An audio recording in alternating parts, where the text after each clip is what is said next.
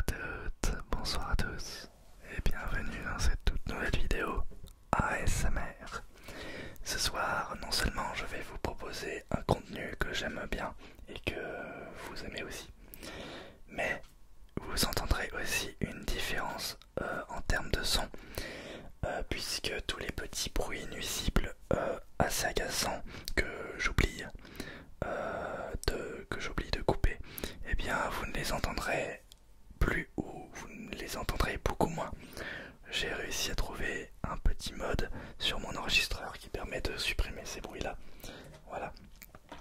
Et j'aimerais par la suite investir dans un compresseur qui me permettra de supprimer les bruits de fond. Donc, vous entendez, il y a un bruit de fond. J'aimerais pouvoir le supprimer, puisque il y en a qui aiment les bruits de fond. Moi personnellement je ne suis pas fan. Et tiens, vous avez entendu, j'ai posé la GameCube et ça a coupé, ça a réduit le son pour pas que ça vous pète les oreilles. Et donc le bruit de fond, moi je préfère qu'on l'enlève. Parce que moi quand j'ai envie d'écouter l'ASMR, j'ai envie d'écouter que les bruits qui nous intéressent, que les bruits qui sont produits. Voilà, dites-moi en commentaire si vous aimez bien les bruits de fond ou pas. Ce soir,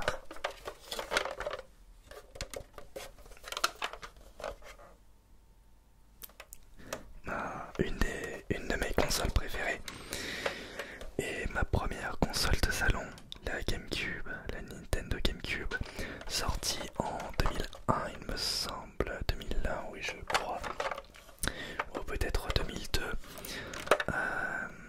2001. Eh bien moi je l'ai eu très tard, je l'ai eu en 2013, soit 5 ans après ma première console portable. Je l'ai eu en 2013 avec 007 Nightfire, un jeu James Bond.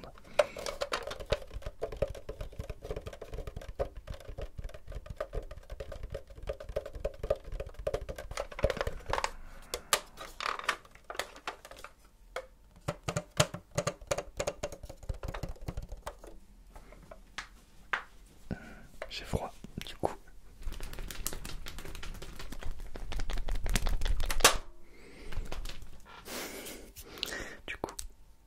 Faut que je chauffe un petit peu ma main. Voilà, pour faire du bon tapping.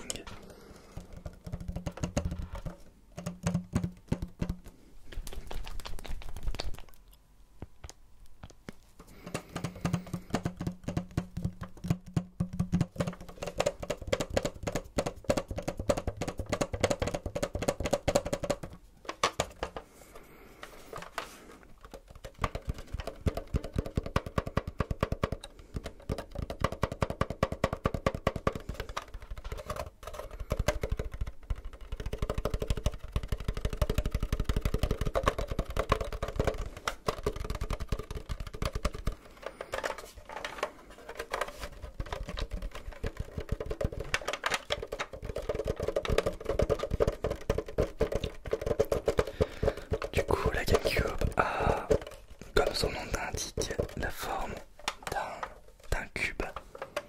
C'est pas parfaitement un cube, même si avec le Game Boy Player ça rajoute un petit peu d'épaisseur. Mais en tout cas, moi personnellement, je suis ultra fan du design. C'est ouais. J'avais refait cette GameCube dans Minecraft. Je l'avais refait. J'étais très content. Je l'avais même refait plusieurs fois. Je me rappelle quand je l'ai voulu pour mon anniversaire. Et bien, puisque c'est un cadeau d'anniversaire, je refaisais en fait tout simplement la console de Minecraft. Et j'essayais de faire au détail près sans avoir la console, avec juste des images sur Google. Je sais pas pourquoi, mais j'avais une petite période où j'étais ultra fan de cette console.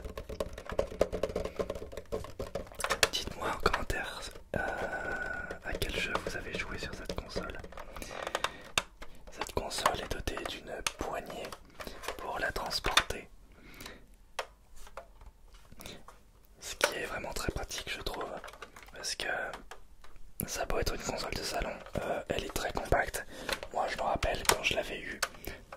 eh bien je l'ai emmené,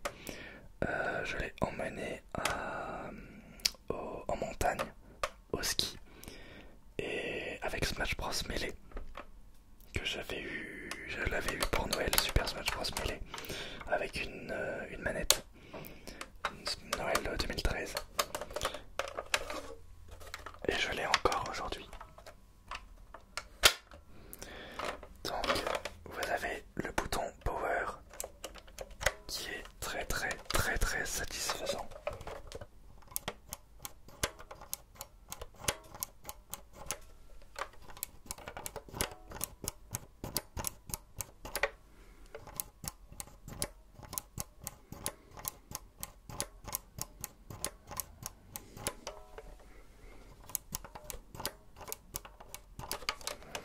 C'est, je pense, le bouton le plus satisfaisant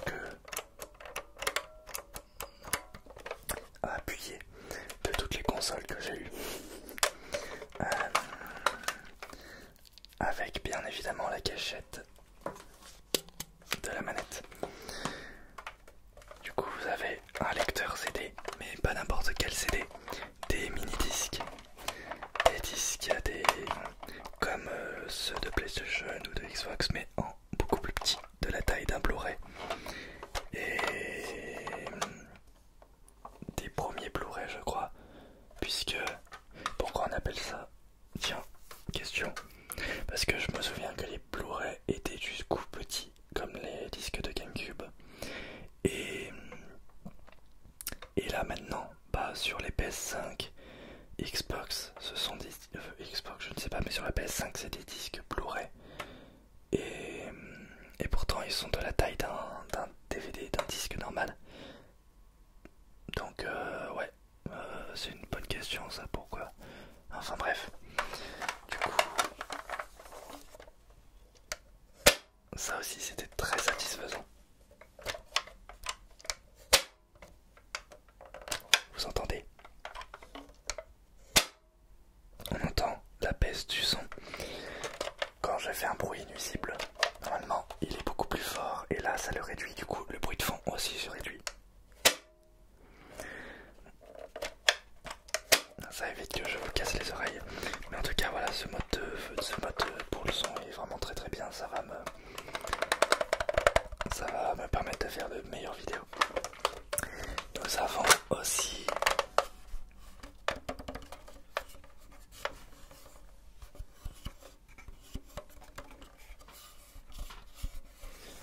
quatre ports manettes et 2 ports pour cartouches.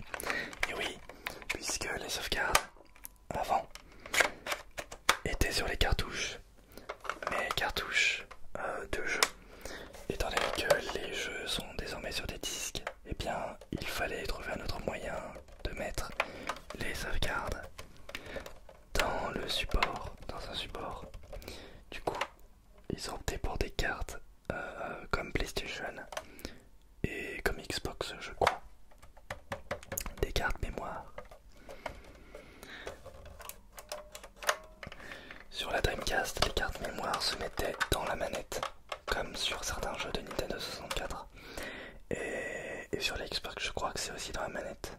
Je me rappelle plus. Si, je crois. Je me rappelle plus. Je crois qu'il y a eu aussi dans la manette et dans la console. Je ne me souviens plus. Voilà. Derrière, nous avons l'alimentation, la vidéo et aussi un troisième port. Un troisième port qui est aussi un port vidéo, mais avec une meilleure définition, une meilleure image. Mais pour ça, il faut le câble adapté. Moi, je ne l'ai pas. Dessous la GameCube, vous avez aussi des petits ports secrets.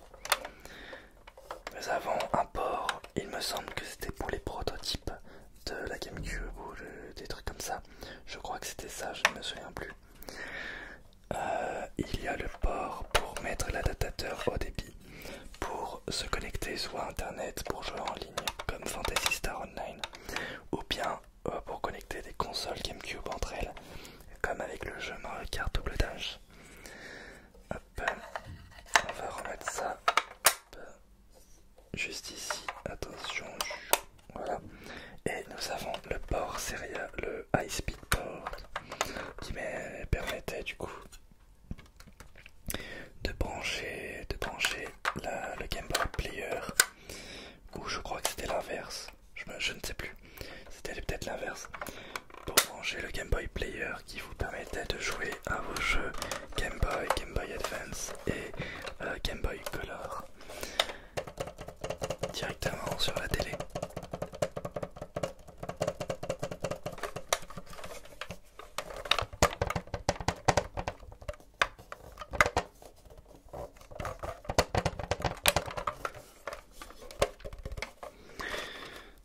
Voilà le petit tour d'horizon de la GameCube.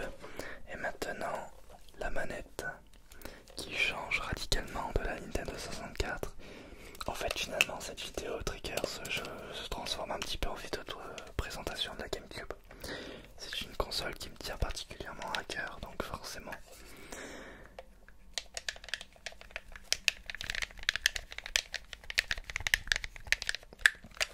Avec leur fameuse cachette. Très satisfaisante. Voilà.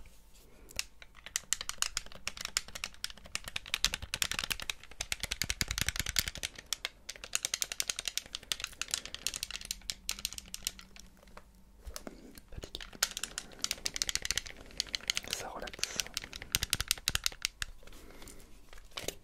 Et cette manette, évidemment, puisque à l'époque le sans fil n'existait pas, eh bien vous pouvez la brancher directement dans la GameCube, comme ceci. Il existait aussi une manette sans fil, mais je ne suis pas fan puisque non seulement elle utilise des piles et elle en utilisait beaucoup, ça pompait pas mal, mais aussi il n'y avait pas la vibration. J'en voulais une sans fil au début, mais finalement j'ai préféré en avoir une avec fil puisque moi quand je joue à des jeux vidéo j'aime bien la vibration, il y en a qui les aiment pas. Moi j'aime bien, d'ailleurs c'est un des critères qui fait que j'ai acheté la PS5 puisqu'il y avait des vibrations sur les gâchettes, ce qui est une première dans le jeu vidéo. C'est même pas des vibrations en fait, c'est des retours haptiques, voilà, des retours haptiques. Non, pas des retours haptiques, des retours de force. Voilà, je me trompe de terme. Ce sont des retours de force, ce n'est pas pareil. Et évidemment, il y a des retours haptiques.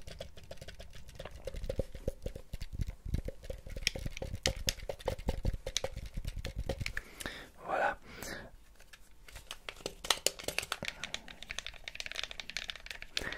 Et quand vous démarrez la console GameCube, eh bien, si vous maintenez le bouton Z, si vous le maintenez lors du démarrage, un son différent se produit, puisqu'il y a un petit son de démarrage de la GameCube, et ce son diffère avec le bouton. Et si il y a 4 manettes branchées et que les 4 joueurs appuient sur le bouton Z, un autre bruit se lance. C'était très marrant, je trouve.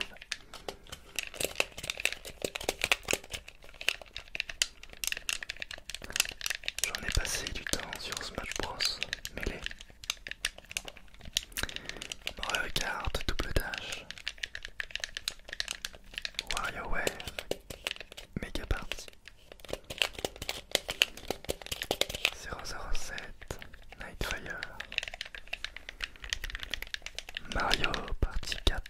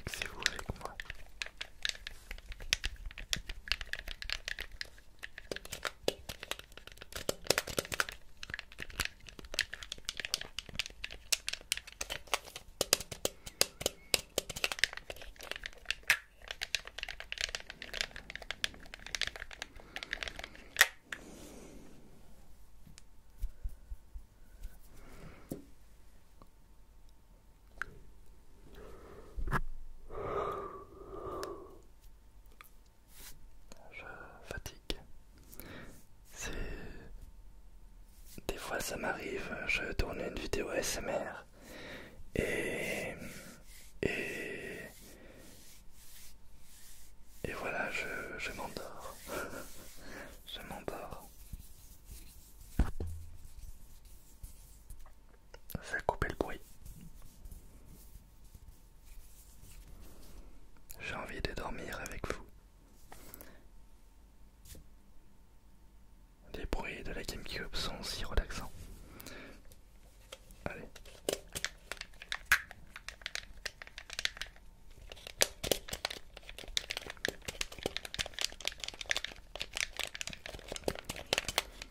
Je voulais dire, oui, voilà. Je m'endors, mais finalement j'oublie ce que je voulais dire. Regardez donc. Pikmin sur GameCube.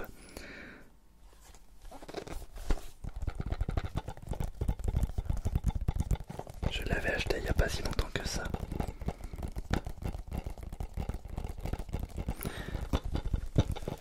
C'était le jeu favori de Miyamoto à cette époque. Il était très content de son projet. J'ai commencé Pikmin avec Pikmin 3 sur Wii U.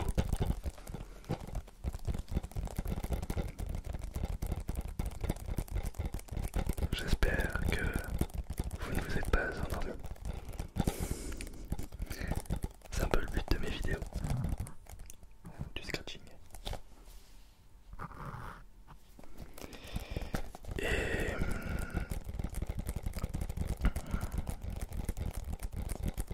je sais pas pourquoi je suis si fatigué.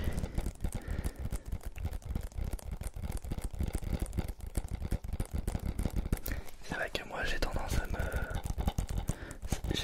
à être relaxé plus par mes propres vidéos, pas en les regardant mais en les créant, que en écoutant des vidéos justement. Le fait de faire les bruits me relaxe.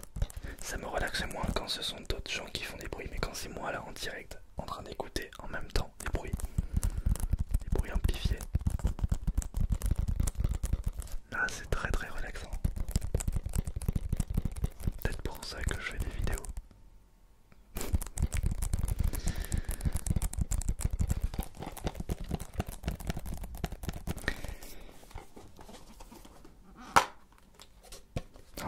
Je suis très content, le limiteur de bruit que j'ai activé marche vraiment bien. Hop. Regardez, c'est des petits CD comme ça, comme ceci. Des tout petits CD, des tout petits CD qu'on va mettre directement dans la GameCube.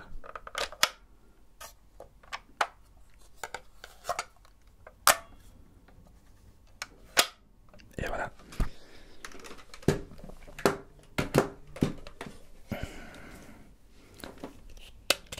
Et là, on peut désormais jouer tranquillement. Tranquillement. Tranquillement. Tranquillement. Tranquillement. Tranquillement.